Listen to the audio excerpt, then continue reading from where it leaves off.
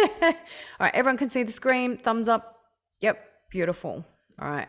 Welcome, everyone. My name is Catherine Lyle. I'm a men's health and porn addiction specialist in Carrum in Melbourne. And my latest book, The Uncensored Threat, Losing Generations to Pornography, has gone #1 bestseller on Amazon. And so I decided to start running some masterclasses, which I normally do as a guest speaker in some men's groups.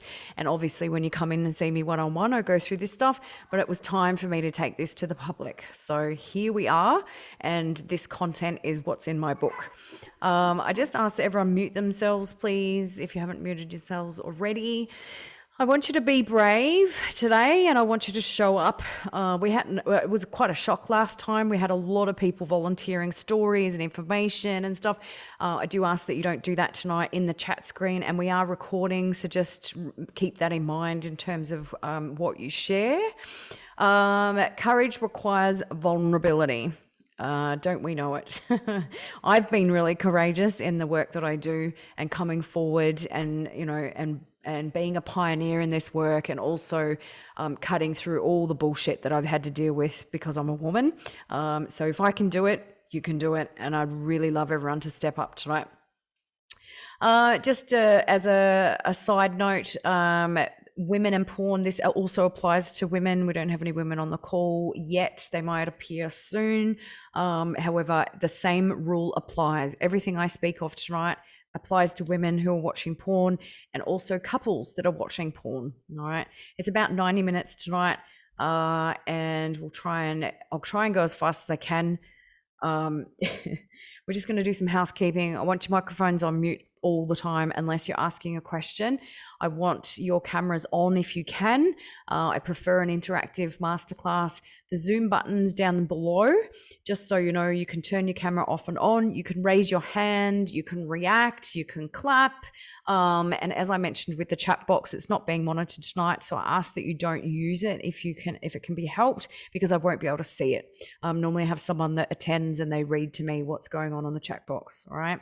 I'm in speaker view tonight because we're recording, and I just want you to keep high energy and don't pick your nose.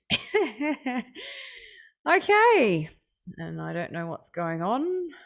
Why is that going backwards? Okay. This is the agenda, which I'm not going to run through, but you can see from that we have a massive agenda, and there's the second page. All right. I'll get through what I can. I'm going to keep an eye on the time as well. There is a section of it that I can cut out if we're not running to time. So a question for you guys. Firstly, we've got no teens on the call, have we? There's no teens here. Are you a teen? I can't say your name. Cad. I know you're Cad on my Instagram. So have you raised your hand because you're a teen? No, don't know. Okay. All right. Who wants a better sex life? Oh, he's raising his hand because he wants a better sex life. Sorry, a bit slow tonight. Okay. Let's jump straight in. So normally on this call, just so you know, because there's a couple of repeaters on here, if you feel that this information is useful to men, women, teens, practitioners, coaches, teachers, and parents, this is why I need to record it tonight, so that we can actually give this information to who needs to see it and can't make it at this time. There is a monthly event. There's another one coming up in a couple of weeks because I've changed this date. So I'd love to see you there as well, and sharing the event as much as you can. There is a Facebook group that I've started for everyone that attends these sessions. So that's the one place I've congregated all of my groups. They're all being archived, and this is the only one that I'm running now. Just a disclaimer that triggers are common when we talk about this work. You can, if we were monitoring this, we'd be getting you to write in the chat box, I am triggered, I am triggered. It doesn't matter, it's just saying it out loud type thing. A lot of healing takes place on this call as well, and when we do this work. So we're going to blow your mind a little bit. It is a lot of information. It is even a lot of information for me to deliver at this time of night, especially because I've been on interviews all day talking about the same stuff. So I'm going to see how we go. If I skits out, then my brain's just gone poof, which happens quite a bit. If I actually, the links that normally get shared in here, you need to contact me. I won't be able to coordinate that. So just contact me if you want links to anything that we share at the end. You can contact me on Facebook or WhatsApp, or anywhere, basically Instagram, LinkedIn, Snapchat. We've got some freebies at the end, so stay on till then, and you're going to need a pen and paper. Okay. So just want a show of hands now. You can do a reaction or actually put your hand up. Who's watching porn regularly? Yep. Can't see everyone. And not everyone's on camera. Beautiful. The guys that aren't on camera, can you find the reactions button and please contribute to the conversation? Because I really don't like people just sitting in and not contributing. That'd be great. Thank you very much. Okay. So when I ask guys that question, most of them, most people say yes. And the reason why I got into this work is because I had a porn addiction specialist want to come and work for me. I had no idea anything about it. I changed one tick box on my form so that I could refer people to him, and it said, "Do you watch porn?" And that's when it all started. He never came and worked for me. I ended up seeing 100% of people ticking that box. And that's when I started researching, because I just couldn't believe what was going on. All right. Now, there's no judgment for me, by the way, and you'll get to know me. You'll see that. But it's really important that I deliver this information in a way that you understand the dangers of watching pornography. Otherwise, it's just a fluffy conversation, and I'm definitely not fluffy.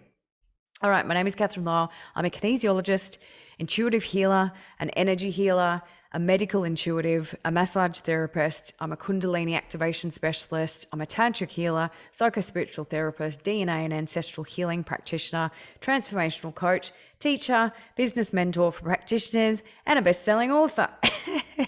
And you can go onto Facebook and see all my qualifications there. It's just a load of shit, basically. This is what matters. It's the types of treatments that I do. All right.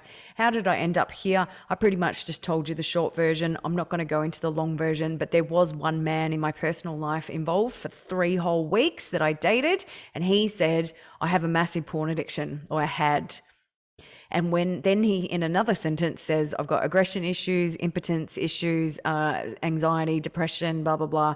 And meanwhile, back at the ranch, I'd met this porn addiction specialist. So the two gelled together. And then all of a sudden, I had all the answers, all the links, all the information, which is what happens when you're driven to your purpose and you intuitively listen to what's going on. There's a bit of doom and gloom today.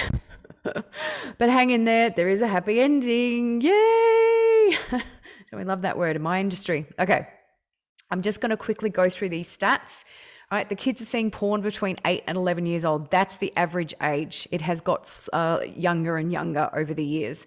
Age 5 is more common than you think. And that's one of the ages that I see that really does the most damage. 3 is the youngest that I've actually spoken to a guy. He was watching it at 3 years old. Normally at that age, it's obvious, but there's a parent involved, or there's sexual molestation. So there's grooming. Kids don't just normally develop a porn addiction from age 3 or 5 just by seeing stuff on their devices. All right, I treat males between the ages of 15 and 86. So if you think that you have a porn addiction now and you're in your 40s, I can tell you right now, you don't want to be 86 and still have a porn addiction. All right. The Instagram following, when I started to ask the guys, how old are you, when they sent me a DM, and I realized that they were all 13. So my 60% of my following on Instagram is underage. All right. I've treated over 4,000 men in person, and I've spoken to over 25,000 men in my career. And I have had a research study, and it's still open. So you can send me a message and I can send you the link. And it's a survey with about 64 questions. It's been running since 2018. All right. So the research originally came back 97% of men are watching porn. It has started to shift slightly, and as you're probably aware, there's no FAP accounts everywhere. Everyone's talking about this. It's the hot topic, and 87% are watching it regularly. I'll define what regularly means in a second. 98% of my clients have erectile difficulties, and not everyone comes to see me for porn addiction. And 100% of those clients, the cause is porn. Porn-induced erectile dysfunction is what that acronym means. All right, 100%. So even the guys who are 86, smoking, drinking, taking pills for blood pressure, antidepressants, all of the things that you think cause erectile dysfunction, or the society has been told and the doctors are feeding us this information, when I get them off porn, their erections start to return. I've actually met 23 now. I met one yesterday. 23 men have never watched porn in my career, and that's in my personal life as well. That's how many men I've met that have never watched porn. They may have seen it, but they've never actually masturbated to it on a regular basis. I actually met one man that's never masturbated, and I wish I could remember his name because I'd like to study him too. Okay. So we're just going to cover this very briefly. Men in 2022, the lockdowns and isolation has affected everyone, even if you are still working through the pandemic. All right, it's still going, as we know, and we've got a whole lot of new issues with mandates, people losing their jobs. When COVID first hit, Pornhub decided to offer free premium memberships to people. The cruise ships, I don't know if you remember the cruise ships being stuck out in sea, they were offering free porn as entertainment to try and make up for the fact that they weren't letting people off board onto the shore. Men have lost their jobs or they can't work. There's too much time on their hands. It's probably 50% of the guys contact me saying that it's because of the lockdowns that they've now realized they've got a massive problem, because we've come out of lockdown and now people still have this problem. And that's when they're realizing relationships are failing, sex is taboo or non-existent, and communication and effort, people are giving up. And you'll see that if you're on dating sites, you know exactly what I'm talking about. Mental health has hit a global low. We've never, ever been in a time like this. Men are feeling lost, disconnected, and scared. They've lost their there's no purpose. It's actually shifting though in a good way, because the tradies, for example, are coming in saying, well, I don't know if I want to go back full time. I've kind of found this other thing that I want to do. So there's lots and lots of positives that's come out of this. However, there's a lot of confusion and fear. The dating sites are completely ruined, and I can tell you that from a female perspective. Prostate cancer is rife. Suicide in men is raising to approximately 600,000 men kill themselves. All right, porn addiction has been declared a global health crisis as well. I'm just going to close this because I can't see. Beautiful. Okay, so all the doom and gloom. Who's scared about what they may find out today? Just raise your hand if you're a little bit scared. Some of these guys have heard it all before. Yep, beautiful. Okay, so one question that I ask my clients when they come in, when they fill in the form for the first time is, are you willing to give up the thing that's making you sick? Because we all know that porn's enjoyable. Why would you want to give up porn, right? And for donkey's years, it hasn't even been flagged as an issue, and it's become so ingrained in our society. There's a lot of shame and guilt around it. No one I've ever spoken to has told their partner the degree at which they're watching this. It's pleasurable, so why would you give it up? And I love it. I need it. It's my little secret. It's part of my identity. I'm single, so what's the problem? And it's just what men do. This is what we hear. And these are the men that want to give up, right? So I'm not going to go through all of this, but this is my porn addiction cycle diagram. If you want to watch the recording, you can actually go around, or you can ask me for it. And I sat with a male coach who had a porn addiction, and I just listened to him talk, and I created this diagram from the conversation. I said, and then what happens? And then what did you try? And then what happens, right? And so this is the porn addiction cycle. You start off as oblivious. You feel fearful when you just meet someone like me, because I'm going to start giving you some scary, stats and stuff. You're like, oh, I don't need help, and there's lots of denial. And then there's determination and action. So you might try no fap. and then you relapse because NoFap doesn't work, and then you go back into shame. So round and round and round for years and years and years. And we want to get you out of that loop. All right, so what is classed as pornography? It used to be moving pictures of sexual acts, right? And now it's a lot different because of all of the platforms that we're seeing. So the definition, or my definition, is anything visual for which you seek sexual stimulus from. All right. So if you're masturbating to it, or it's creating an urge to masturbate, we now consider it porn. If you have a porn addiction and we're trying to get you off it. Okay. So if someone that doesn't have a porn addiction goes on to Instagram and sees some girls and whatever, and it's like, oh yeah, that's nice, or just can appreciate a good body or whatever, but there's no, triggers and urges, then it's fine, isn't it? So we're now looking at videos, pics, sexting, and webcam. It includes Instagram, Facebook, OnlyFans, TikTok, Snapchat, and YouTube. I've had one guy in my program say he just started watching videos on YouTube and he relapsed in my program. And I said, well, what were you watching on YouTube? And, was it just normal videos? And he's like, oh, no, it was porn. So he didn't consider it as porn because it was on YouTube, right? Clothed photos of women is also considered in the porn region if you're having a problem with it. I know plenty of men that are masturbating over female photos on Facebook, and they're not even, wearing, naughty clothes. Movies also can be, and erotic fiction and audiobooks. All right. Any questions about that? You'll have to come off mute if you've got any questions. All right, so what makes it an addiction? Men don't associate the word porn with addiction. They just don't. They never have. Even the guys that are fully addicted, and I'm talking about 3 times a day addicted, they're like, oh, is it a thing? I didn't even know it was a thing, let alone that they have an addiction. And men are definitely not considering themselves as porn addict, and I never use that word anyway. We never call anyone a porn addict. Their perception of addiction is skewed by the reward. All right. So it's boobs, it's sex, it's masturbation, it's ejaculation. What's wrong with that? Why is that addiction? Isn't that just natural? That's what I hear. All right. And then they have this perception that it's not interfering with their lives. So, and I have a lot of male coaches that I have contact with.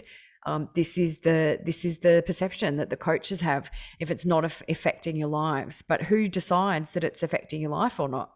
And you're going to see in this talk today about the brain damage and whether you perceive you have an addiction or not, it's there. All right. And the other problem is that they're not feeling any adverse reactions. So, of course, it's fine. All right.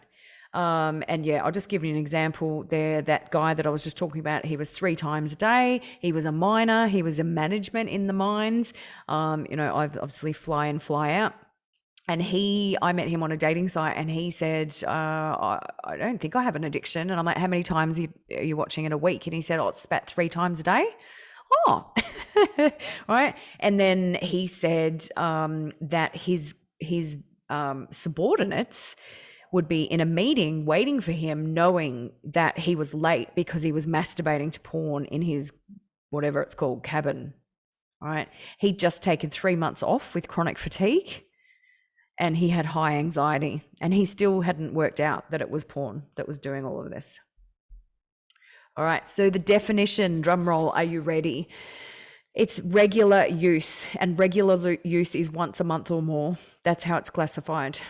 All right, and the definition that I saw, I think it was on, what's it called, a medical show that I can't think of right now, compulsive engagement in rewarding stimuli despite the adverse consequences. So even though you might have brain damage and erectile dysfunction, you keep watching it. Right. The psychology definition is if you can't go without something for more than once, if you can't go without something for a month, then you have a porn addiction, or you have an alcohol addiction, or a phone addiction. We have to be careful of that one, because then people say, oh, well, we're addicted to everything. It's fine. It's not fine. We also look at the ratio of the amount of, say you're watching porn 4 times a week, but you're masturbating 8 times a week, then you have a masturbation addiction. But we look at the ratio. All right. So, for example, it might be once a month or more. However, if you are watching porn once every 2 months, but you're only masturbating once every 2 months, you still have a porn addiction. So if the ratio is 1-to-1, you have a porn addiction. Then we look at your age and the frequency and the ratio and then the other behaviors that are around that. But it's definitely not, oh, well, it's not interfering with my work or my life. All right. I've got a 71-year-old that came in and he stomped his feet and he had a tantrum and he wouldn't even sit down. And he said, I do not have a porn addiction, young lady. And I said, okay, mate, when was the last time you masturbated without porn? He was only watching it once a month. He couldn't remember. He just couldn't remember. And we did the math and it was 55 years that he'd been exposed to porn. I also had a 16-year-old contact me from the US and he sounded like a full-on man because he had a very, very deep voice. And I was doing a 15-minute coaching call with him. And I asked him, how often are you watching it? And he said 36 times a day. I nearly fell off my chair. I thought he said 6, and even 6 was a lot. And then I said, how are you doing this and working? And he said, I was just on school holidays. And I was like, oh, how old are you? And he said 16. All right. And by the time he was, I think he's about 20 now, but when he was about 18, 19, he had to have a double hip replacement. He's had an autoimmune disease and also a bone marrow transplant. So he's not very well. So who's shocked at that classification that once a month or more is considered a porn addiction? Yep, raising a hand. Yep. Very good. I love dropping that information on my men's groups because I actually see the jaws go. And then they look up and they're like, hang on, this can't be right. All right. So let's do the math. I want you to get your pen and paper out. I want you to write down how old you were when you first saw porn.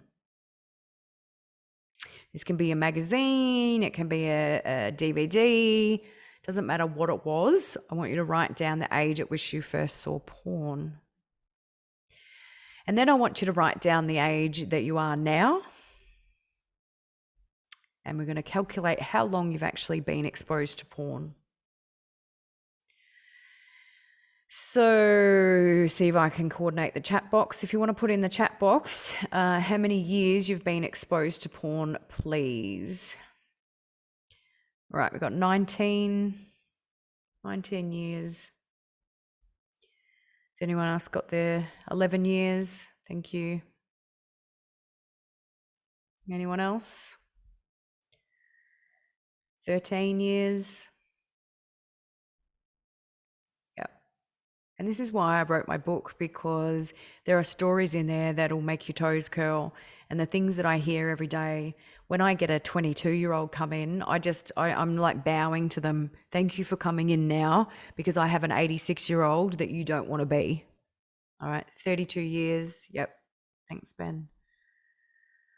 Okay, so then we're going to look at how often, you don't have to share this, by the way, how often you masturbate without porn. So you want to work out roughly the percentage.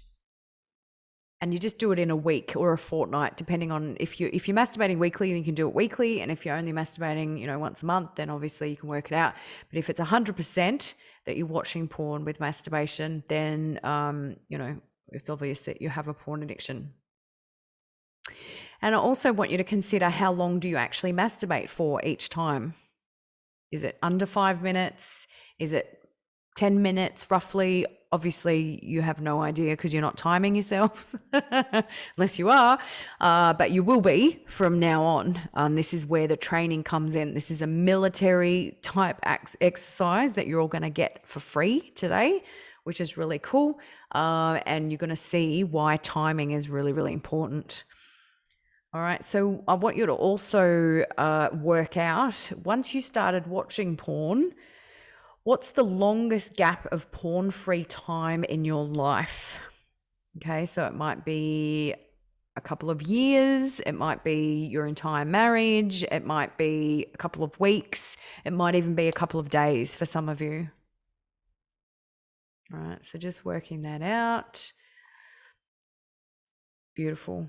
We've got 5 days, 16 days, 3 to 4 months. Thank you. 14 days. Yeah. So you can see it's not a long period of time, is it? Can I get a show of hands of who has actually tried to quit and failed? Yeah. Everyone's raised their hands. Okay. Thank you. Okay. So who is viewing porn once a month or more? Yep, raising the hands. Thanks, guys, for being so honest too. So as you can see, this question is very different to the question I asked before, was who's watching it regularly? Because it's your definition of regularly and your perception of how that goes. Okay, what is a porn addiction? This is hold on, because this is a little bit over the top of your head sometimes, and it actually blows my brain out explaining it. So porn is a neural addiction. You know, it's not a sex addiction. You are not addicted to boobs and arse. You are addicted to the hormones and chemicals and neurotransmitters that are produced in the brain from watching boobs and arse. All right, it's a neural addiction. Your brain is addicted to itself. Okay, it's exactly the same as a drug addiction. So from here on in, and I want you to write this down, replace the word porn with heroin. So when you're talking about it, when you're thinking about it, when you think you're about to do it, I want you to program that into your vocabulary now. And it's like, oh, I might just go watch porn. Well, I'm going to go shoot up heroin.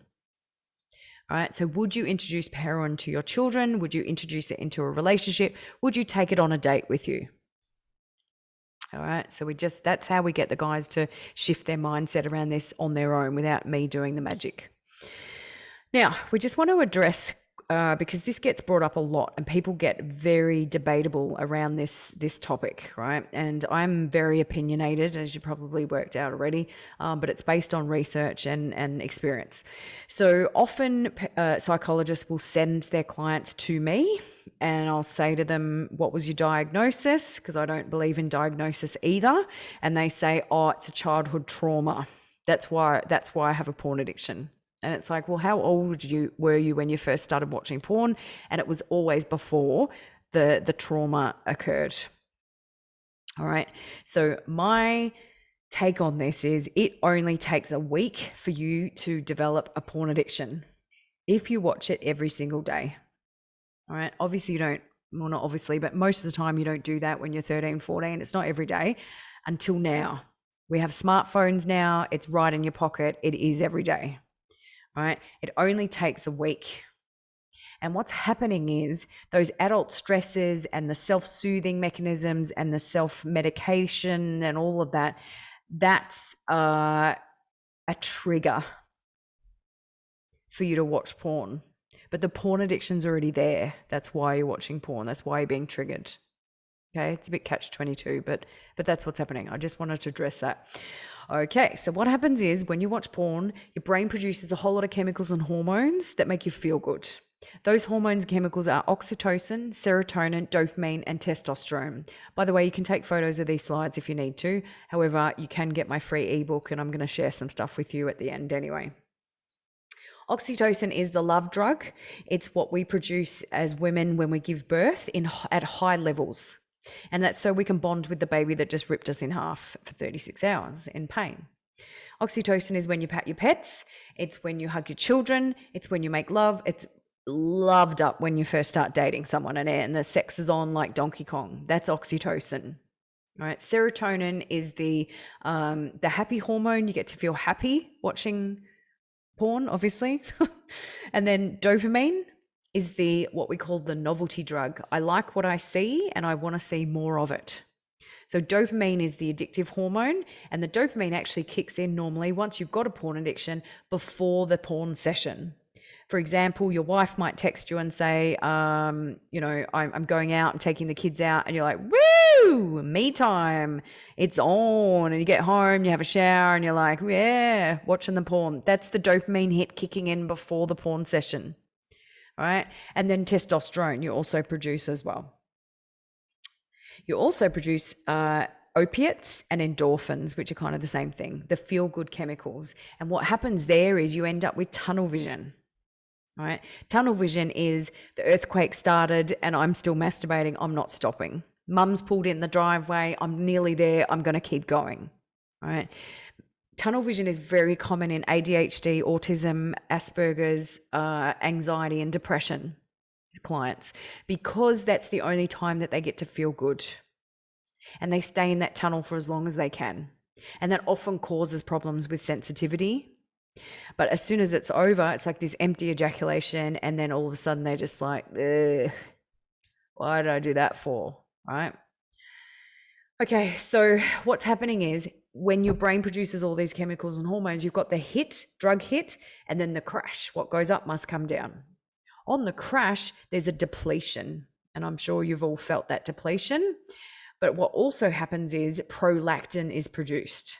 Prolactin is the thing that makes you feel sleepy, but it's also the cause of erectile dysfunction.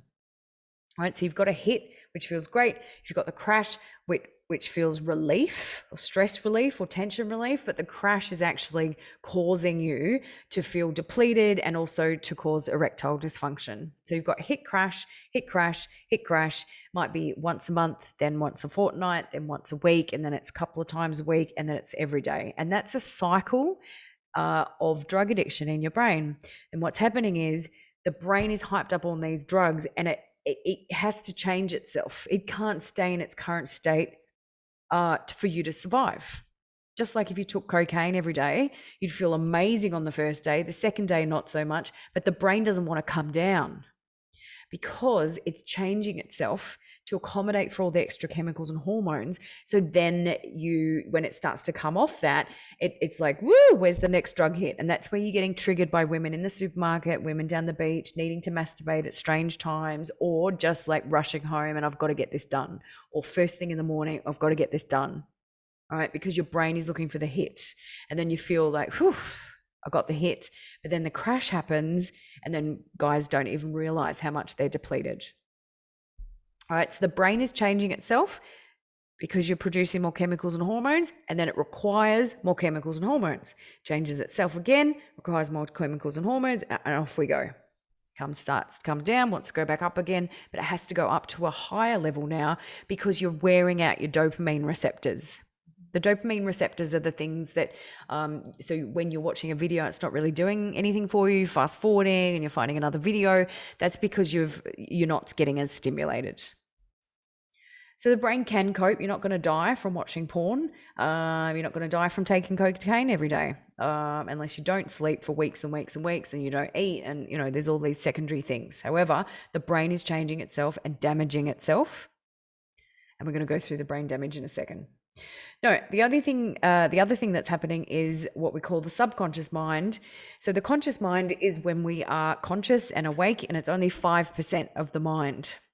The subconscious mind is where the fuckery occurs. It's all of the sabotages and the programs and all of your belief systems and your experiences are in the subconscious mind. Now, when you're watching porn and you're bonding to it because the oxytocin is being produced, you're bonding to all of the acts that you're seeing. Right? Just keep that in mind. Just think of all of the porn that you've watched. Your brain, because of the subconscious mind, actually thinks, sorry, I've got a notification popping up on my screen and I can't get rid of it. The subconscious mind actually thinks that it's happening to you. All right. If you're having a chemical reaction, right? So I'm just trying to get this thing off my screen and I can't. Goodness me, timing. Right. Okay, that's done. So the subconscious mind, it thinks it's happening to you because you're having a chemical reaction from it. Oh my goodness, now we've got another thing popping up. Okay, so for example, if I sat here with a lemon and I'm cutting up a lemon and I'm talking about how bitter the lemon is and it's so juicy and I put it near my mouth and I bite into the lemon, it's likely that you will salivate. And it happens to me every time I tell that story. There's no lemon, right? And so your subconscious mind thinks it happened to you. Now, the hindbrain is the other problem in the brain. Is the hindbrain is the impulse part of the brain. It says, we didn't die from this yesterday. Woohoo! Let's do it again today or tomorrow and again and again. And the impulse part of the brain, the hindbrain, gets stronger and stronger and stronger. All right.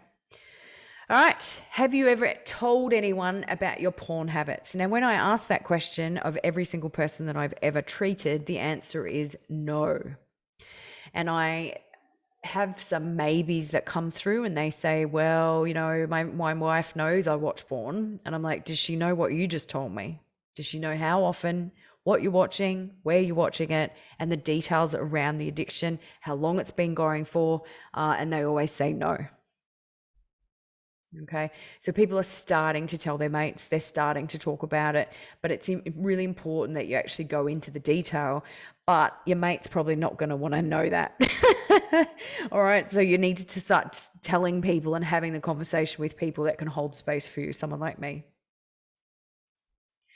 All right. So we're going to move on to erectile dysfunction now. Has anyone got any questions up until this point? No? Okay. Just come off mute if you've got any questions. Hello, can you hear me? Yes. So I have one small question. Yep. I have seen a picture in which there is a graphic image of brain under heroin and under porn. It Yes. shows that brain eats itself, right? Well, it doesn't eat itself, it just gets damaged. So heroin addiction, this is Dr. Amen's work, and you can go onto Google and type in porn addiction, heroin addiction. It's actually my book as well, and you'll see that the heroin addicted brain is in a better shape than the porn addicted brain. And that's Can I speak, please? If it's a question, do you have a question? Yes, it's a question. So after the brain had eaten itself, how to reverse it? Okay, we're going to go through the mental health stuff in a second. And so if we still haven't answered that by that stage, then we'll cover it then. Okay. We're just asking any questions of what's happened already, if that's okay. But thank you. I'll get to that. Reversing. Good. Okay, erectile dysfunction. As I mentioned, prolactin increases, which causes erectile dysfunction. What is erectile dysfunction? You'd be surprised how many men don't actually know the answer to this. And I've had to teach 17-year-olds what impotence means, even though they have impotence. All right. So if you've got children, I want you to explain to them what a penis does and doesn't do, what it's meant to do, what sometimes happens, and also what is erectile dysfunction, impotence, premature ejaculation, and difficulty achieving orgasm. Now, that's my definition of erectile dysfunction. It's not just about maintaining and getting erections. It's about all of it. All right, and that's where I say that it's up around 96, 97% of the people that I see actually have erectile dysfunction of some kind. Now, 50% of those guys don't often know that they have erectile dysfunction until they come and see me, or I get them to masturbate without porn. All right, and they're like, well, it's not working. And I'm like, that's because your penis doesn't work normally without the stimulus of the drug addiction. All right. So prolactin increases and there's an overstimulation and desensitization of the penis. So we call this the greyhound race, or I call it the greyhound race. So I'm quite intuitive and I get shown images. I'm like, why am I getting shown greyhounds running around? And for those that don't know, the greyhound dogs chase a little white rabbit that's stuffed and it's on a like it's a machine and it runs around and the greyhound's chasing it thinking it's real. That's greyhound racing, right? And so I see porn addiction like a greyhound race. The little white rabbit isn't real and you're not meant to catch it. And the men kind of know this. They've got this itch they can't scratch and they always think they're horny all the time, and it's not. It's this greyhound race, right? And every time, you're fast forwarding, that video is not doing it for me. You're not watching the same video over and over and over. You're looking for more and more material. And that's also what happens. You're expecting your penis to get erect, even though it's not erect and you're not turned on to begin with, because penis reacts to blood flow, reacts to sensory, the 5 senses, which is the limbic system and the Kundalini energy. We're going to go through that in a sec. Right, the other thing I refer to in my books is the monster. The monster is the thing that you've created for yourself. There is no judgment on this. We just call it the monster. It's the time of day that you masturbate, the amount of times that you're masturbating, the type of porn that you're watching, any religious and cultural upbringing, the beliefs, the stuff around, being rejected from women, all of this has become a monster because it's so big and so ingrained in your identity and your behaviors. And, so when I say to guys, all right, they're like, oh, I can just quit porn. I didn't realize it was that bad for me. And I'm like, well, good luck with that, because it's so ingrained in your identity. Now, the ejaculation hangover is what happens, and I'm sure has anyone felt the ejaculation hangover? You know what I'm talking about there. So it's that relief or the release feeling. It's you rolling over after sex. It's you being able to concentrate and focus and go back to what you were doing, or just feeling tired, right? And that's the ejaculation hangover. And what's happening there is your nuts are going into overdrive to reproduce more sperm that you just lost. And so when people start to get a cold, they get hit, that first day cold is like, oh my God, you feel heavy and tired and your head feels like a bowling ball and you feel achy and you're like, I can't even work, I can't keep my eyes open, and you're getting sick, right? You feel like you've been hit by a truck. What's happening there is your thymus is shutting your body down because it detects that there's a virus or a bacterial stuff coming. So it's actually your body that's shutting your own body down because the body requires energy to fight, right? And so if you're ever sick, just lay down, surrender, right? Don't take the drugs and try and go to work. And I think COVID is teaching everyone that you need to just stop. Okay. Now your balls are doing the same thing. They're not fighting, but they're producing sperm, a million gazillion sperm, and they require energy to do that. So they're shutting the body down and the energy is going to that place. All right. The other thing that's happening in that scenario is when you're ejaculating, you're losing chi. Chi is your life force energy. It's in all of your meridians and your organs and your chakras. It's there at conception. We are made of energy. We are energy human beings. We are atoms and all the things. So when you lose chi is in your bodily fluids. Chi is in your blood. It's in your semen. So you're losing your life force energy every single day. And if anyone's heard of semen retention, they often talk about chi, losing chi. Beautiful. Now we're going to go into, is frequent ejaculation healthy? Because it's not. And you'll have to excuse my snoring dog if you can hear her in the background. So ejaculation, my recommendation for ejaculation is no more than once a week. Now, the urologists and the doctors will tell you that men need to be masturbating 21 times a month. And I have debunked their theories and their research in my book, and it's full of holes. All right, because they say you need to clean out the pipes. Well, I can tell you right now, cleaning out the pipes is what's making men sick. It's what's increasing prostate cancer. Excuse me, I've got the hiccups. Zinc deficiency is what happens when you ejaculate regularly. Right. So zinc is the number one mineral for men, and it's what helps you produce testosterone. It's also really good for your immune system, and everyone's on zinc at the moment. And if you're not on zinc and you are a man, even the women need to be on it, then 50 milligrams a day for the rest of your life is what you need to be on. Every time you ejaculate, you lose half your daily zinc. You also lose selenium. Selenium keeps the prostate healthy. All right. So all of these doctors, they actually don't know. They also don't know that too much oxytocin also causes problems in the prostate. All right. So if you want to keep your prostate healthy, you want to buy selenium and you want to get onto zinc every single day.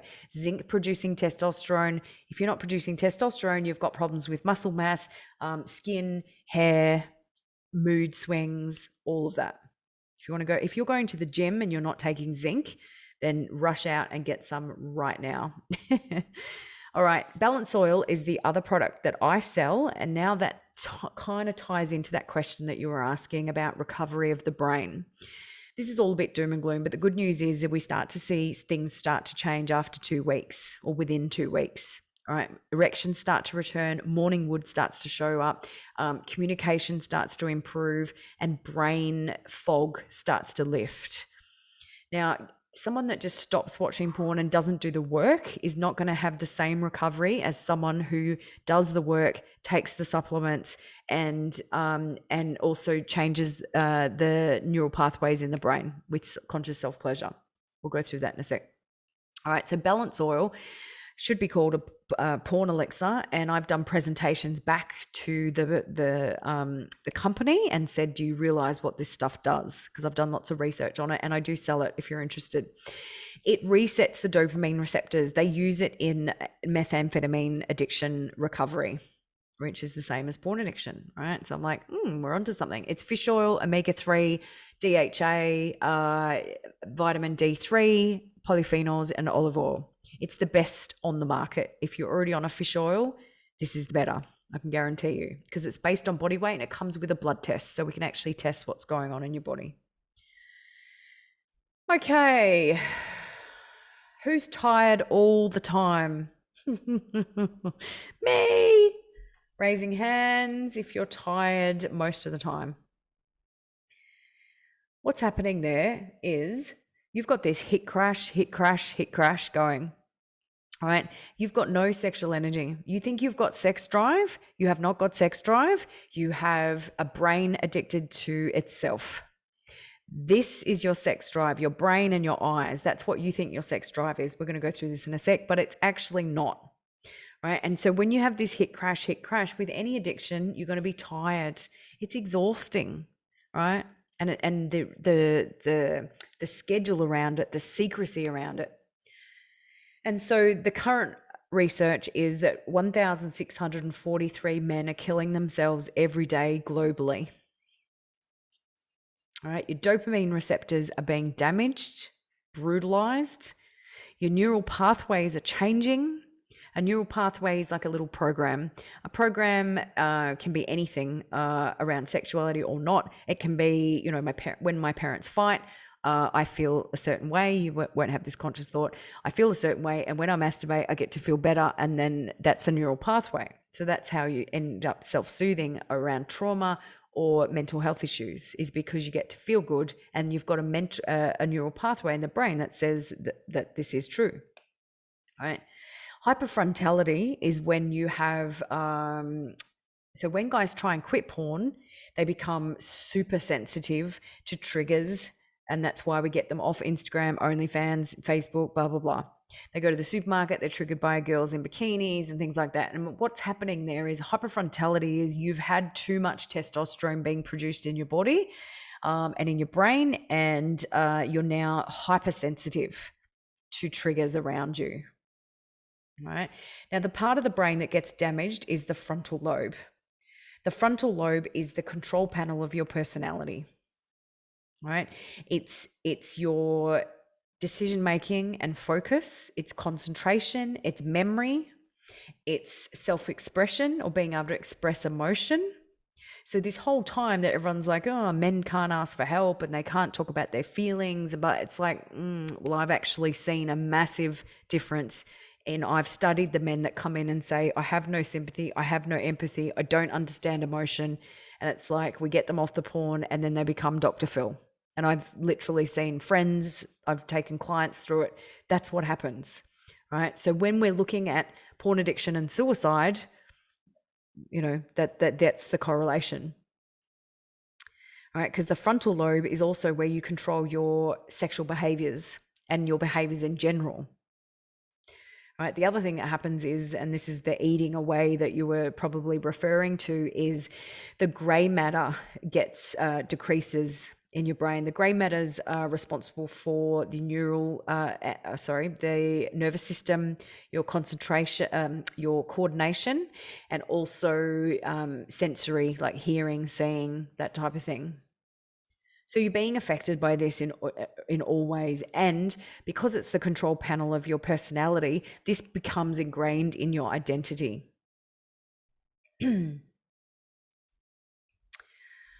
All right. So hands up if you've learnt something already.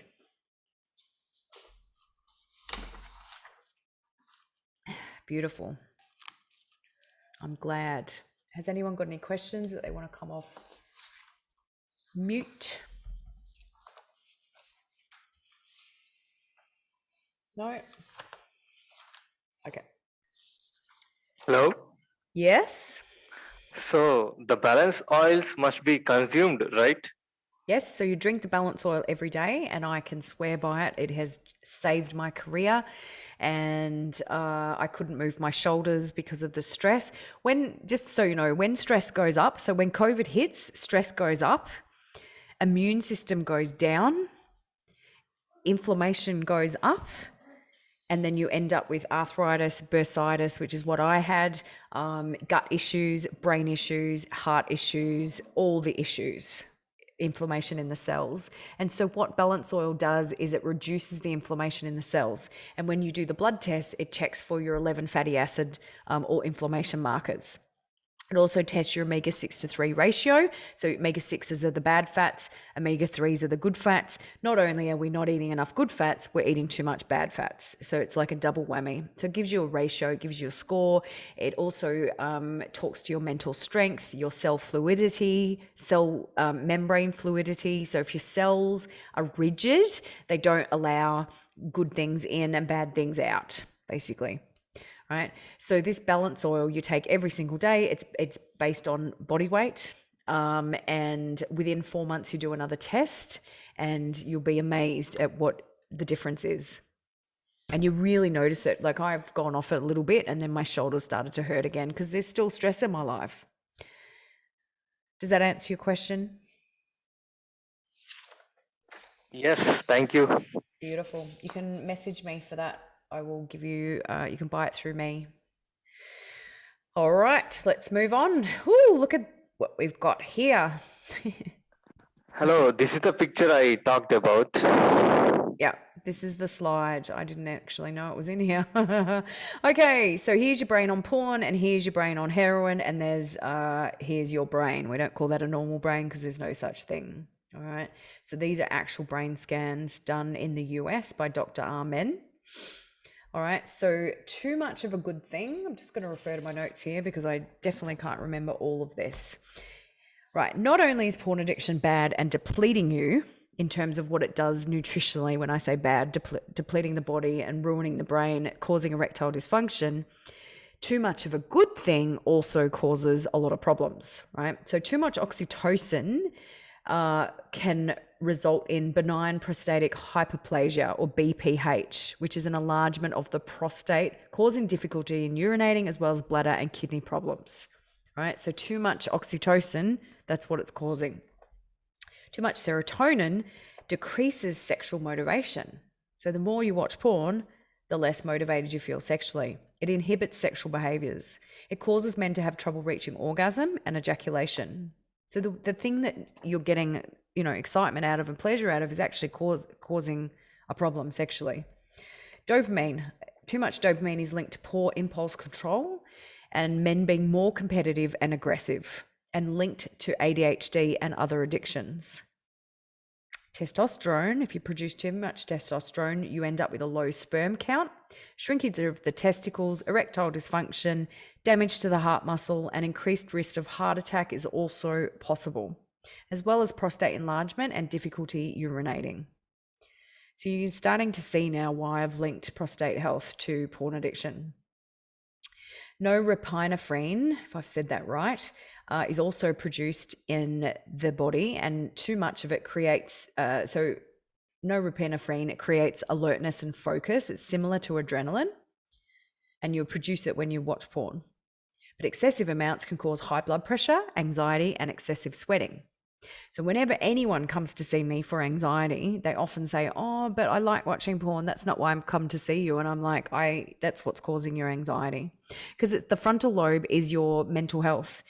Anxiety and depression comes from the frontal lobe. So if you have a damaged brain from porn addiction, you will have depression and anxiety and sometimes suicidal tendencies. The other one is vasopressin is what you produce when you watch porn, and too much so it increases blood pressure, and it's similar to oxytocin. So it plays a major role in defensive behaviors such as guarding a mate, right? So but increased levels in males enhances aggression. So we're seeing a massive increase in domestic violence and sexual violence, and in younger boys and men. We're also seeing a massive increase in child-on-child sexual molestation, and it's because of porn. All right, and we've gone through ejaculation. Too much ejaculation is not good for you. Now, the prostate health, doctors cannot say what causes prostate cancer. I find that very, very interesting when I did that research, because everyone's taking their advice around prostate health from the doctors. Now, if anyone knows me, I'm a kinesiologist. We look at the cause, the why, and the origin. People will say, oh, I've always been that way. Yeah, why? I've always been on antidepressants. Why are you depressed? All right, you'll always hear me asking why. The doctors aren't asking why, and they're not healing. They're just prescribing and getting you to take some tests. All right, so you're losing the vital minerals, as we said, zinc and selenium, that keep the prostate healthy. Too much oxytocin and testosterone increases the prostate size. And then we've gone through the myth, ejaculate 21 times per month. It's a load of shit. If you want to read about it in my book, then you're more than welcome to do that. The other thing that I've linked to prostate health is gallbladder issues. During a massage session, I always get guidance and messages and channeling and whatever, and every single massage is a lesson in male anatomy and emotions and energy systems. And this one day I had my hand right up this guy's bum, so accessing his prostate, and I was guided to do his gallbladder point, which is up along the thigh. All right. And so gallbladder is responsible for, it stores the emotions of frustration, a little bit of anger, and also impotence. That's what the gallbladder is responsible for. Okay. In Chinese medicine, that's what it stores. And so when I was guided to do his gallbladder point and his prostate, I'm thinking, this is weird. This has never happened before. What is this? And I had submitted my book, my manuscript, for editing, and I thought it was finished. So I got off, I stopped the session and I went upstairs and I Googled prostate health and gallbladder, and I could not believe what I found. You have a 65% more chance of having prostate health issues or prostate cancer if you have gallbladder issues. Gallstones, sick gallbladder, feeling yuck, gallbladder removed, you're going to have a 65% more chance of having prostate issues. Now, who knew? All right. So then I started researching all of that, and that's all in my book as well.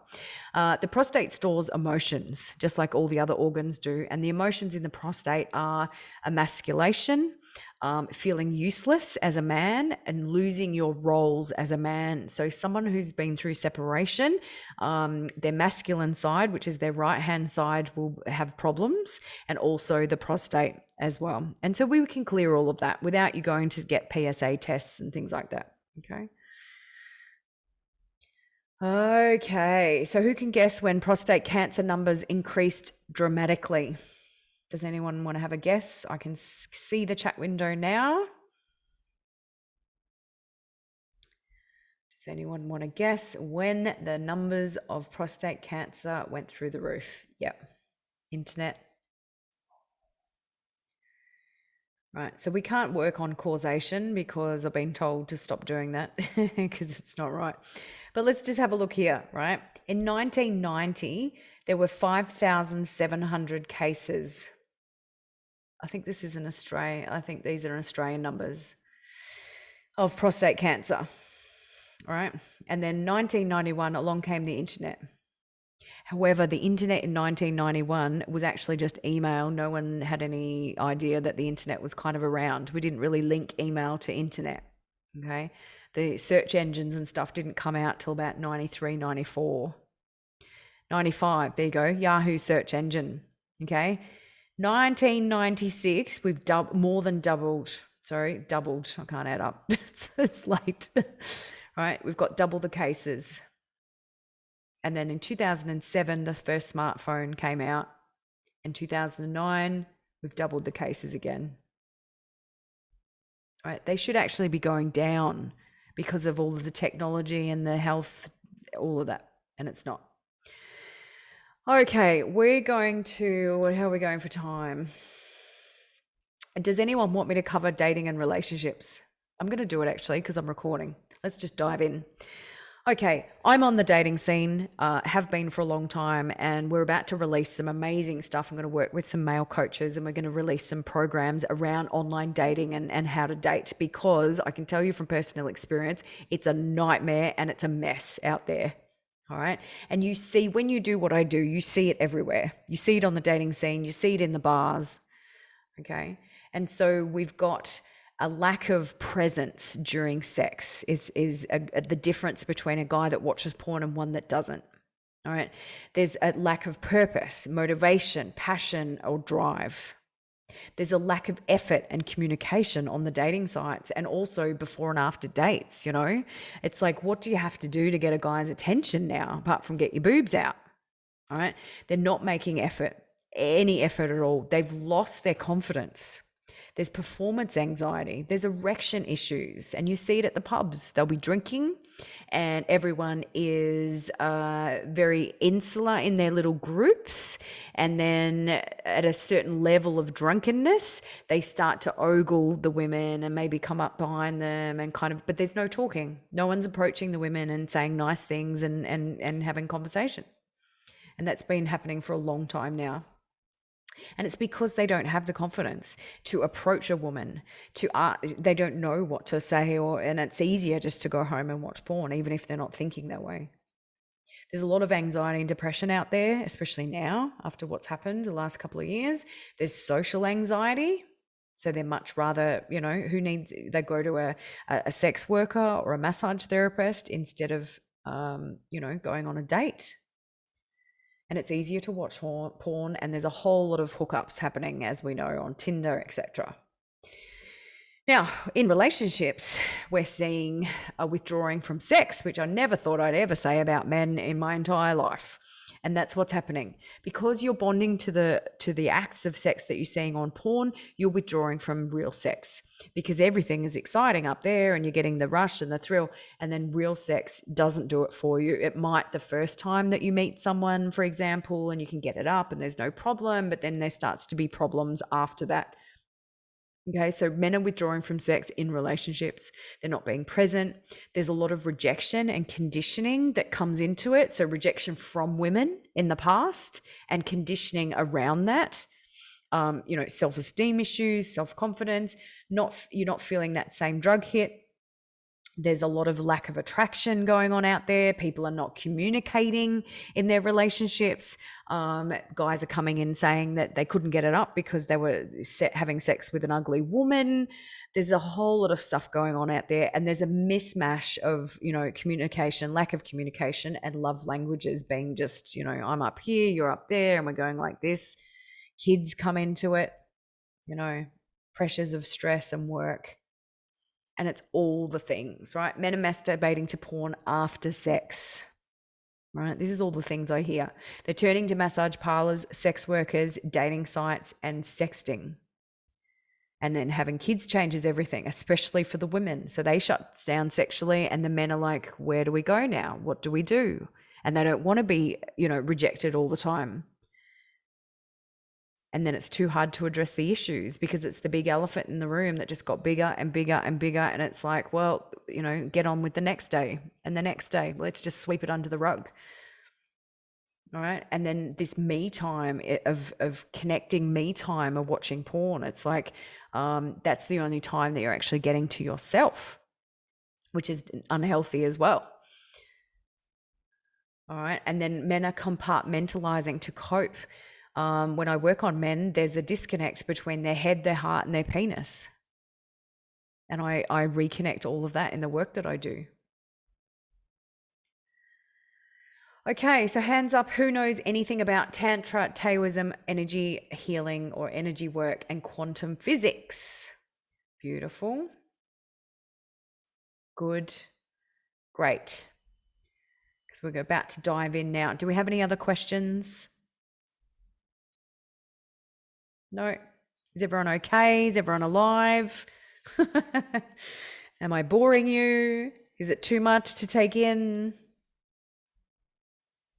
All right. I'm going to get straight back into it. Men heal through sex. All right. I get shot down every time I speak about this, but it's true. because there are two poles on the body, and this is the tantric work that I do. There's the groin and the heart. All right. So the heart for men, so there's a negative and positive pole, because that's just the universal laws. All right. The positive pole for men is the groin, and the negative is the heart. So what that says is that men heal through the groin first, and then they open up their heart. All right. And when I had a clinic back in the day, and I had a waiting room, and I would take them after their session out to the waiting room just to reset them, give them a glass of water, ask them if they had any questions. And it was all private. There was no one in the waiting room because we didn't have a reception, and then we'd let them go. And so the men would come in and they'd say, oh, I'm a bit depressed, I'm a bit this, and fill in the form, which was only 1 page at that stage. It's now 7 pages. And they wouldn't say that they've just separated and that they're traumatized or that they've got depression or they're being sexually abused. And then we'd do the session, and then they would come out and then just blah, blah, blah, blah, blah, blah, blah, and they'd be crying and telling me all their problems. And I'd be like, come on, we have to get you out. Right. And so that's what was happening. And it was proof of this theory behind the positive and negative pole. Now, for women, it's the opposite. So for women, the positive pole is the heart and the negative pole is the groin. So they need to feel safe, nurtured, loved, honored, protected, just beautiful, connected to you, even in a one-night stand. Doesn't have to be emotional at all, but they need to feel that to fully open up sexually. Okay. And so men are trying to heal through sex. And what happens is when you have sex with someone, you've got an energy circuit that runs around your body, and so do they. And when you join in union, you end up with joining the energy circuit. So you're releasing all of your trauma and stress and guilt and shame and emasculation and relationship stuff, all the stuff that's in the hip and the groin area. And she's transmuting it because of the female energy that can do that. But unless she's opening up through the heart, then it's not kind of connecting. All right. And porn is the opposite of sex. If you haven't worked that out by now, then you know now.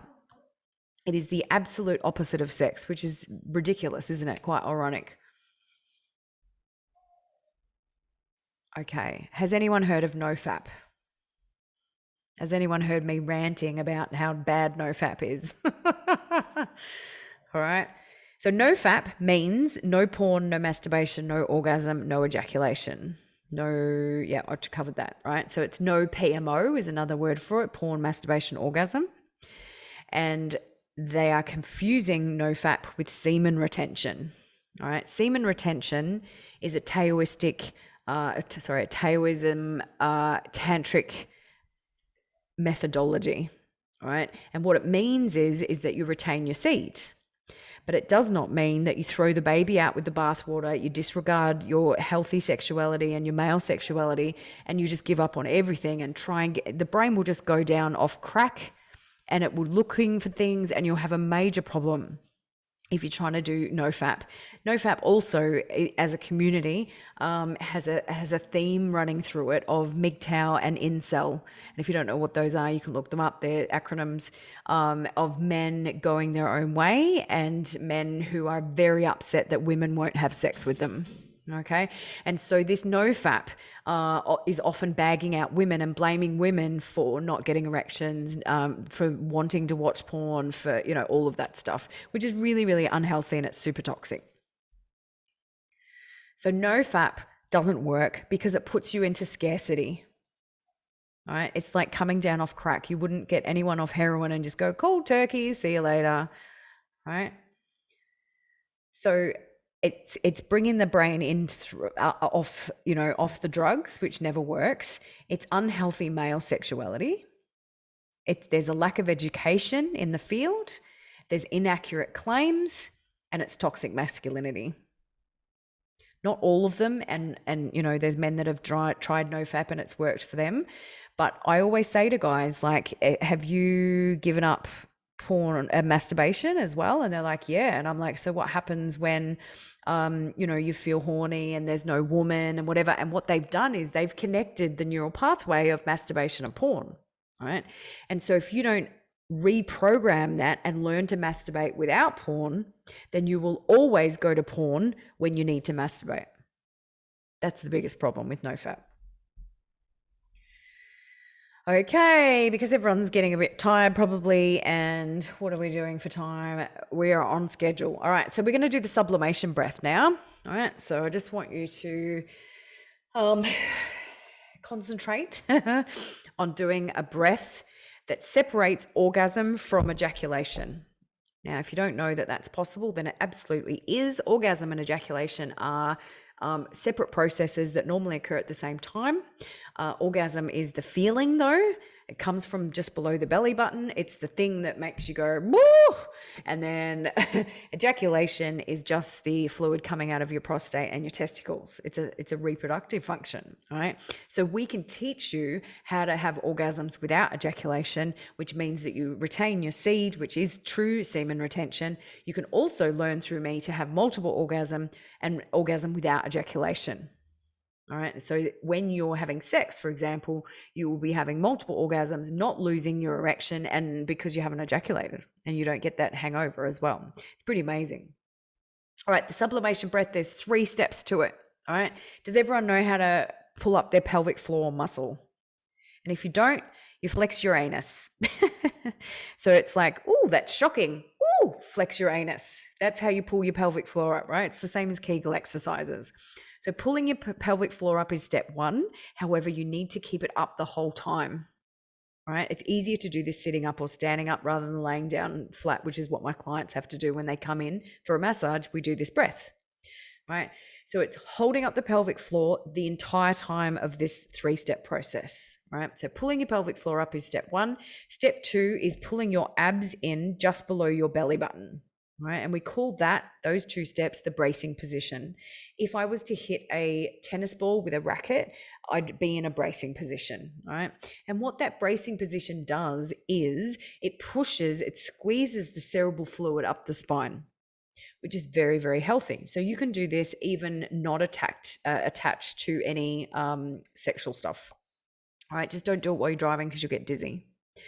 So you pull up your pelvic floor, pull in your abs. All right, that's squeezing the cerebral fluid up the spine. This breath also moves the sexual energy away from the groin. So if you're having premature ejaculation issues, we are moving it up the spine. We're moving the energy up the spine with the breath. Okay. The other thing that happens in quantum physics, as proved by Joe Dispenza, when you do this breath, is you actually give your brain an orgasm. It's not the same as an orgasm. I can tell you that right now, unless I'm doing it wrong. But what you're looking for, you're not going to know if you're doing this right or wrong. I don't know if I'm doing it right or wrong. No one can say because everyone is different, right? What you're looking for is a change. So what you do this just before ejaculation. Right, write that down if you've got a pen and paper. So up, in, and then you breathe to the top of your head. Now, I normally get my clients to visualize a straw running from their coccyx to the top of their head so that there's a visual cue that runs along the spine. Because the breath that you're about to take is a sniff, like you are snorting drugs up the spine. I mean, up the straw, not up the spine. Okay. So it's a sniff, and you breathe up as high as you can into your head and you hold it for as long as you can. Step 1, pull up your pelvic floor. Step 2, pull in your abs. Step 3, breathe to the top of your head and hold for as long as you can. All right. I'm going to show you how to do it now. Okay. So I'm pulling up my pelvic floor and I'm keeping it up. You have to keep it up and in the whole time. Otherwise, and it's very difficult to do it if you've had a big baby like I have. All right. So pulling up the pelvic floor, and everyone can do this now. I can't see everyone on camera, but just pulling up your pelvic floor, pulling you in your abs, and then I'm going to sniff. Ready? It's like that. It's fast, and you hold it as long as you possibly can and check in that you've got your pelvic floor up and your abs in. All right. And you're doing it just before ejaculation. It will make you feel quite lightheaded, and you're looking for a change in either orgasm or the way your body reacts. And you can practice it anytime. I suggest doing 3 to 5 breaths before you go to sleep because you'll go into tension and then you'll relax, and it's really, really good for the body. All right. Any questions on that? No. Okay. We're moving on. Now, there is a better way than NoFap, and I have tons and tons and tons and tons and tons of success doing it this way. All right. Because we are reprogramming the brain, and it's called conscious self-pleasure. All right. And we're breaking the links in the chain. What I mean by that is there are 4 links in this chain: orgasm, ejaculation, porn, and masturbation. And you normally do all of them at once. That's why it's a chain. Right? And what we're going to do is we're going to take out one of the links in the chain, which is porn, but we have to link the other 3 back up so that you're getting erections, you are edging, you can relax your bum, you can breathe, you can ejaculate on cue, you can orgasm, or you can have non-ejaculatory orgasms, right? But until we do all of that, then we take out ejaculation from that chain, and then we teach you how to have orgasm with masturbation. But as I mentioned before, if you don't fix this chain and rewire the brain around this, then every time you get horny, you get triggered, you need to, masturbate, you're going to watch porn. And this is where you see all of the relapses in the NoFap community. And it's healthy male sexuality. And we teach this to the women as well. If you're not touching yourself, how do you expect to know what's good or bad or wrong or right or there's the spot or there's not the spot? If you don't know in your own body how it feels, and you can't operate your own body, and what I say to the guys is, I'm going to teach you to light up your body like Luna Park, right? Luna Park during the day is absolute shit house, right? Especially the one in Melbourne. There's no atmosphere, there's no lights, it's like, oh my God, what are we even doing here, right? If you're watching porn, you are Luna Park during the day, right? You're having a ball because you're watching porn, but you're not really. The foundations aren't there, the excitement, the atmosphere, it's not there. I'm going to teach you to light up your body like Luna Park at night. I picked up my daughter one night from Luna Park at night. 400 girl guides stayed overnight. The screaming, the lights, the show bags, they didn't want to leave. That's what I'm talking about. Okay. I teach breath work, energy work, sublimation breath, which is what we just did. I teach multiple orgasm, full body orgasm, and orgasm without ejaculation. And it's all about mastering and harnessing your sexual energy. Okay. This isn't about control. This isn't about trying to think of other things while you're trying not to ejaculate. We want you to be present. We want you to be sensitive in the genitals. We want you to learn how to deal with that and edge and receive pleasure at a high level for a longer period of time. And then learning to harness that energy so that you don't want to masturbate, because you've got that sexual energy, and then being horny isn't a bad thing. I've spent years on the dating sites where people were like, oh, help me out. I'm stressed. Why are you stressed? Because I'm horny. I'm frustrated. I'm like, since when is horny a bad thing? So let's embrace this sexual energy instead of trying to spit it out all the time. We've kind of gone through this with the sex drive versus sexual energy. Sex drive is a made-up term by men. I'm absolutely convinced of that. Libido refers to more a medical term where there's diet, exercise, age, hormones, all of that included. It normally gets referred to women more so. Sexual energy is the natural organic sexual energy. Say you've been, stressed for a month and you haven't masturbated, and there's just no sexual energy there. There's no priority. Because you're using your energy in other areas of your life. All right. But then if you just go and force it by watching porn and just depleting yourself, it just doesn't work. It doesn't work for your body. It's not healthy. The limbic system is the arousal system. It's your 5 senses. We actually have 33 senses, but we won't go into all of those. And we definitely don't eat while we masturbate unless you do. That's your thing. So we're looking at 4 senses: sight, smell, hearing, and touch. And we go through all of that, and you're going to get that today with the 2-week challenge. The Kundalini reference is the core energy, the 2 snakes coiled up at the base of your spine. This is a Sanskrit term. And when you are feeling turned on, switched on, and you won't know this feeling unless you don't watch porn. And it's a natural kind of feeling that runs through the body. It's like goosebumps. It's like hairs on the back of your neck, being turned on by someone's conversation. It's like Kundalini activation is what I do in my sessions, and they start to move and shake and convulse, and a whole lot of crazy stuff happens, like an exorcism, and it's amazing. But it also is an enlightenment experience. So your intuition changes, your communication changes, everything changes when you work with Kundalini. The energy circuits we've kind of gone through. The sexual channels is the microcosmic orbit, which works with the chakras and the sexual channels. And then there's organs and meridians. I'm not going to go into too much of that today. We've gone through the Kundalini. There's a picture of it there. It's what it kind of looks like. And funny enough, it's on the medical symbol. All right, it is the cure for porn addiction. I can't say that anywhere else but here. When my guys activate their Kundalini and they move and shake and all the things, they don't feel like watching porn ever again. And it can happen in the first session. Most of the time, it's about 80% it does. So when they start to convulse, that's your natural sexual energy, especially the guys that have been sexually abused. Their penis is connected to their abuser, which is connected to the trauma, which is then connected to like questioning their sexuality because it was a male normally. And then they watch more porn than others, and they seek touch more than others, the ones that have been sexually abused as children. So when we bypass all of that and we go to this Kundalini, we're activating their true sexuality and bypassing their penis even, and just beautiful healing takes place when you give someone the gift of Kundalini activation. Okay, so today you're all going to get the 2-week challenge for free. You will have to message me to get the link though, because I cannot coordinate all of that right now. I don't have anyone moderating, right? So the 2-week challenge is a 35-page ebook, which pulls all of the gold out of my new book, The Uncensored Threat. And it's all of the practical stuff. So it talks about the limbic system, breath work, getting comfortable, the positioning, the timing, and it goes into detail of a 13-step program for you to masturbate.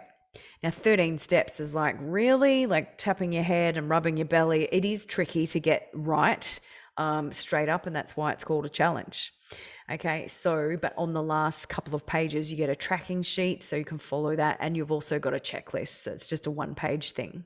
All right, this is all about male ritual, sexual ritual. All right, this isn't just a quick, flick in the shower. This is about timings, me time, maybe dimming the lights, closing your eyes, getting a pillow, getting relaxed, getting the senses going, the 4 senses, essential oils, music in your ears, making noises activates the limbic system and turns you on. What else? Coconut oil. It's all in there. All right. So you're going to get that today for free, and it goes through all of these things. Ejaculation is not the goal, by the way, if you don't talk to me before you start. Orgasm is not the goal either. You have to stop at 10 minutes if it says 10 minutes. Yeah. All right, the other option or solution is for you to come in if you're in Melbourne, and it's called Integrated Massage Therapy. It is tantric based and Lomi based, but I don't associate with tantra anymore because I just don't associate with the wounded sexuality and the community and all of the boundary crossing. People are having orgies and sex parties and whatever at retreats. And I just refuse to get involved in any of that. So I am a practitioner. I am fully clothed when I work. You cannot touch me. This is one-way touch session. But that's what it involves. Lomi massage, kinesiology, activating Kundalini, energy healing. We work with meridians, chakras, organs, glands, the limbic system, and breathwork training. If you want more information on this, I don't go into detail on recordings, and I don't go into detail on presentations either, and you won't find it listed properly on my website. You need to contact me, all right, and I'll give you the information. It's a 3-hour session for you to come in, and there's just so much involved in that 3 hours. So you can come and send me a text, and I will send you the information. Right, now the other option is my 30-day program if you're not in Melbourne, and I have clients all over the world that do this. In fact, most of my clients that do this are overseas.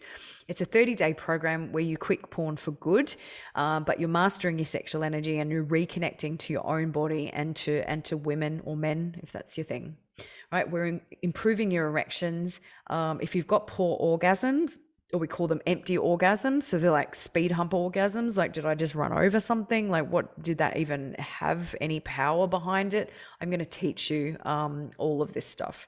We address mental health issues as well. And I've mentioned the Luna Park reference, and you'll see I can't do too much on social media because of the field that I work in, but you will see it's actually called From Porn to Pleasure. You won't see that on the stuff because I can't get it passed through Facebook ads. However, there is a tagline, the path of least resistance, and people are like, I don't get it. Every single guy I've spoken to about this has tried to quit at some point, and it's been really difficult because they don't understand it, and they're following some guy on NoFap and it just doesn't work, and the relapse just sets you up for failure. The path of least resistance means I have mapped this out. I have the path ahead. I have success after success after success. All you have to do is listen to what I say and do what I ask you to do, and you will get off porn. So it's via the path of least resistance, and we're mastering your sexual energy at the same time. We've already covered that question. Okay, so what's included in the program is a one-on-one coaching call with me. It's done on Zoom, doesn't matter where you live. You get 30 days of coaching support on WhatsApp. You get weekly content with exercises. You do qigong, you're doing meditations, you're learning how to separate orgasm from ejaculation. There's breath work, there's microcosmic orbit, there's arousal training. We talk about the supplements for recovery, that we address ego as well as anxiety and communicating with a partner. There's energy practices that you do, and there's also an exclusive Facebook group that you get added into. It's valued at $2,000. I definitely don't charge that. And if you enroll today, it's already $200 off for you. But I've decided as of this morning that I'm actually going to give it to you. I've just put my prices up, and so I'm going to give it to you at the old price, which is already $200 off. I'm going to give you another $100 off that. So it's $300 off. I'm going to give you an extra 30 days support on WhatsApp after you finish the program. So in the last week of the program, you get a blank calendar and you are asked to fill it out and decide, out of all the things you've learned, what is it that you want to implement moving forward? Because we're trying to get this into your lifestyle. You may, you can go on my recommendations and then you send it back to me, and then we go through and I'm like, oh, that's too many ejaculations. Do you want to do qigong to move the energy? And so we sign off on that, and then you get an extra 30 days support after that. All right. I can only take 10 clients a month for this program. All right. And I'm going to give you a bonus intimacy exercise for couples, which isn't in the program. All right, so you're going to get the freebies. So I don't know if I've said the price on that. It's $497 for the program, which is less than a week's rent for most of us here. All right, and you get 60 days support from me and one-on-one coaching. It's pretty cool. So the 2-week challenge, normally $17, you're going to get that for free as well. And I also have an ebook that you can have for free on erectile dysfunction, which also covers the porn addiction. Again, you'll have to contact me for these links, or you can go onto my website, you can see them. Right, has anyone got any questions? No? No? No, shaking your heads. Beautiful. Okay, if you want to contact me, I'm not going to give you my number on recording because I'll get slammed from people all over the world. You can find me on my website, integratedmenshealth.com.au. You can also message me through that on WhatsApp, or you can send me a form on the contact form, or you can find me on Facebook, Integrated Men's Health. I'm on Snapchat and LinkedIn and Instagram as well. This is my new book, which is an Amazon bestseller, which I'm very proud. I somehow spat this out through 2 years of lockdowns and my business being closed and losing my house and all the stuff. It's quite thick. I normally have one sitting here, but it's fallen off the table. So this is the book here. You can get it on ebook or in paperback, and you just go directly to Amazon and search for that, or I can send you the link to buy that as well. All right. And that is it. So if anyone has any questions, now is the time to ask them. If not, I'll just check the chat to see if we've got anything. No. Beautiful. Yes, 5 breaths, 3 to 5 breaths before you go to sleep.